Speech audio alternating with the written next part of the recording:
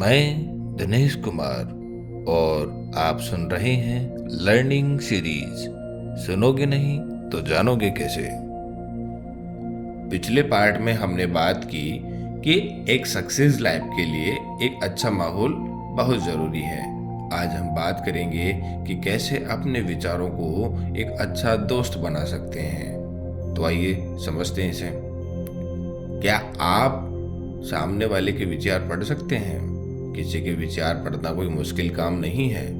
आप इस काम को जितना कठिन समझते हैं, दरअसल उससे बहुत आसान है। शायद आपने इस बारे में ठीक से सोचा नहीं है, परंतु यह सच है कि आप हर दिन दूसरों के विचार पढ़ते हैं और आप अपने खुद के विचारों को भी पढ़ते हैं। हाव भाव से, आवाज की टोन से और आवाज के उतार चढ़ाव से हम किसी के भी रवैये को समझ जाते हैं। इसका कारण क्या है? दरअसल मनुष्य के इतिहास में बोलने वाली भाषा का जन्म कालचक्र के हिसाब से हाल ही में हुआ है। भाषा के जन्म से पहले करोड़ों सालों से इंसान सिर्फ आवाज और इशारों व हाव भाव से अपनी बात कहता आया है। करोड़ों सालों तक इंसान दूसरे इंसानों के साथ बातचीत के लिए शब्दों का इस्तेमाल नहीं करता था, बल्कि अपने शरीर, अपने चेहरे के हाव भाव और अपनी आवाज का इस्तेमाल करता था। हम आज भी अपने दृष्टिकोण, अपनी भावनाएं अभिव्यक्त करने के लिए इनका इस्तेमाल करते हैं। बच्चों के साथ व्यवहार करते समय हमारे पास सीधे शारीरिक स्पर्श के अलावा सिर्फ आवाज, हाव भाव और शरीर की गतिविधियां ही बातचीत का माध्यम है। अपना रवैया विकसित करें। इंसान के रवैये का उसका जीवन में काफी फर्क पड़ता है।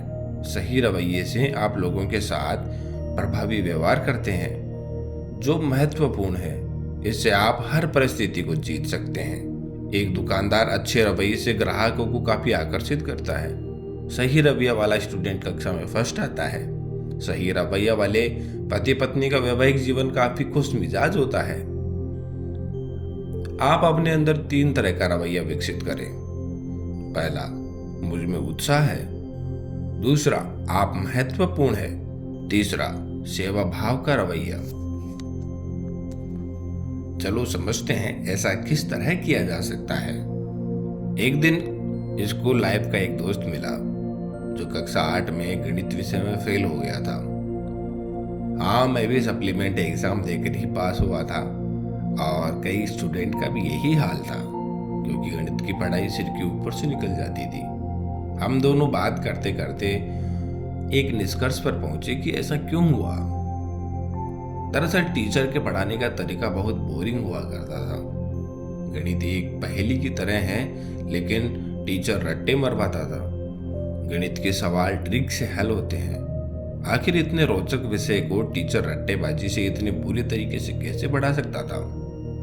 दिमाग में एक ही सवाल था, गणित की टीचर की पढ़ाई स्टूडेंट के लिए इफेक्टिव क्यों नहीं थी?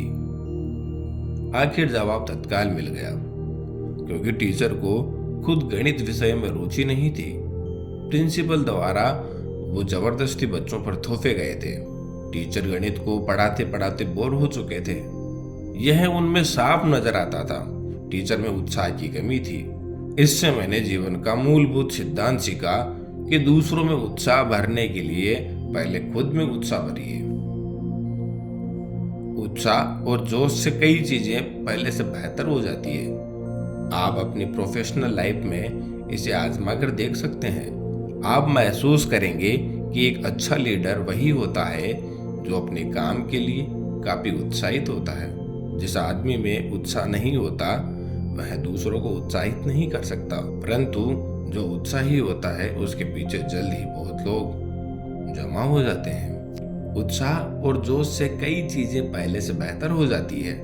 आप अपनी प्रोफेशनल लाइफ में इसे आजमा कर देख सकते हैं। आप महसूस करेंगे कि एक अच्छा लीडर वही होता है जो अपने काम के लिए काफी उत्साहित होता है। जिस आदमी में उत्साह नहीं होता वह दूसरों को उत्साहित नहीं कर सकता, परंतु जो उत्साही होता है उसके पीछे जल्द ही बहुत लोग जमा हो जाते हैं।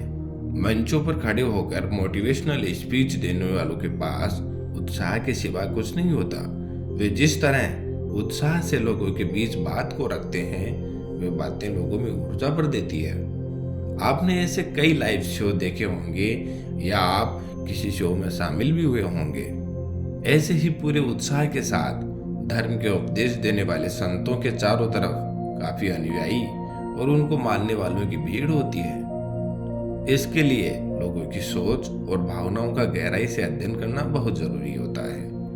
बिना आत्मविश्वास और गहराई से अध्ययन किए बिना उत्साह का संचार संभव नहीं है। अगले पार्ट में हम बात करेंगे उत्साह की शक्ति को कैसे विकसित किया जा सकता है। Okay, good bye.